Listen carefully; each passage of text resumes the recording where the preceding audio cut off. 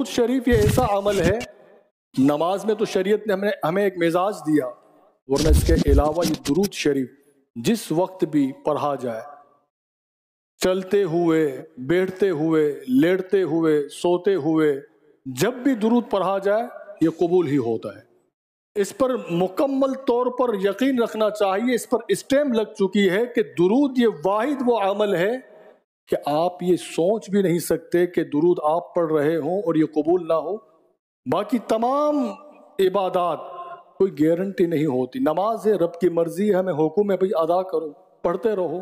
ہم اگر مس کرتے ہیں، چھوڑتے ہیں، گناہگار ہوتے ہیں، مگر پڑھتے ہیں، اب یہ رب کی مرضی ہے، ہم حکم تو اس کا مان رہے ہیں، عمل کر رہے ہیں، اب یہ قبول کرے یا نہ کرے یہ رب کی مرضی ہے۔ مگر ہمیں یقین یہی رکھنا چاہیے اپنے رب سے کہ اس نے اگر توفیق دی ہے تو قبول بھی فرمائے گا۔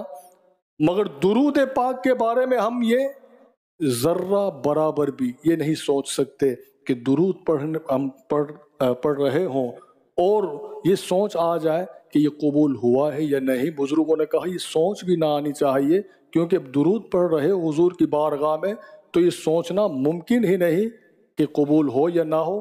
ہر حالت میں درود قبول ہے۔ اگر کوئی تسبیح لے کر اللہ کا ورد کر رہا ہے، اس میں ریاکاری ہو سکتی ہے۔ درود شریف اگر پڑھے، اللہ تعالیٰ درود شریف کو قبول فرما لیتا ہے۔ جو بزرگان دین یہ فرماتے ہیں کہ آخر درود میں وہ کیا بات ہے کہ جو ہر وقت جب بھی پڑھا جائے قبول ہوتا ہے، کیا اس میں وجہ ہے؟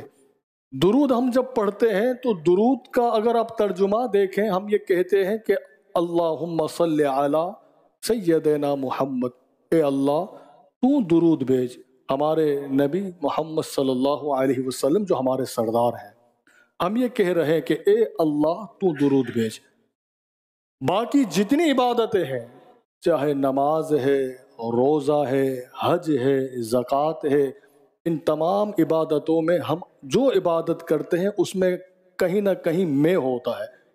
ہم اپنے لیے کہہ رہے ہوتے ہیں کہ اے اللہ میری نماز کو قبول کر لے، رب اجعلنی مقیم الصلاۃ ومن ذریتی، ہم اپنے لیے مانگ رہے ہیں۔ درود شریف میں ہے ہی نہیں، ہم یہ کہتے ہیں کہ اے اللہ تو درود بھیج۔ یہاں پر ہم یہ نہیں کہتے کہ میں درود بھیج رہا ہوں، تو حضور کی محبت کو اللہ تعالیٰ نے اس قدر سینوں میں ڈال کر ہمیں یہ بتا دیا کہ یہ محبت ایسی ہے کہ سب سے پہلے یہ میں ہی ختم کر دیتی ہے، کہ یہ اپنی انانیت کو مٹا دیتی ہے۔ نماز پڑھتے ہیں تو کہیں نہ کہیں میں آ جاتی ہے، روزے میں انانیت آ جاتی ہے۔ درود میں آپ کیسے، اس میں نہ میں ہے نہ ہم ہیں، اس میں صرف یہی ہے کہ اے اللہ تو درود بھیج۔ ہم کہتے کہ مالک تو درود بھیج، جیسی تیری شان ہے۔ تو حضور پر جب درود پڑھتے ہیں تو اس میں نہیں ہوتی، اس میں صرف یہی ہے کہ اے اللہ تو درود بھیج۔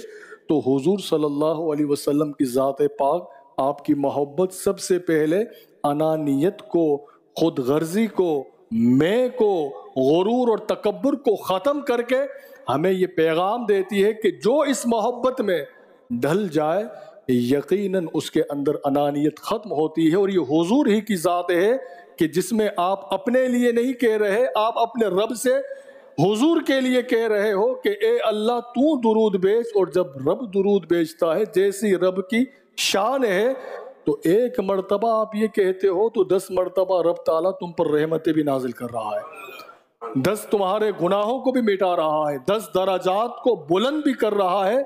اور یہی پیغام حضور کی محبت کا ہمیں ملتا ہے کہ لوگوں حضور صلی اللہ علیہ وآلہ وسلم کی ذات پاک ہی یقیناً سب کچھ ہے۔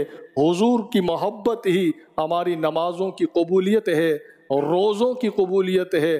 اگر حضور سے محبت نہیں تو پھر کچھ بھی نہیں ہے۔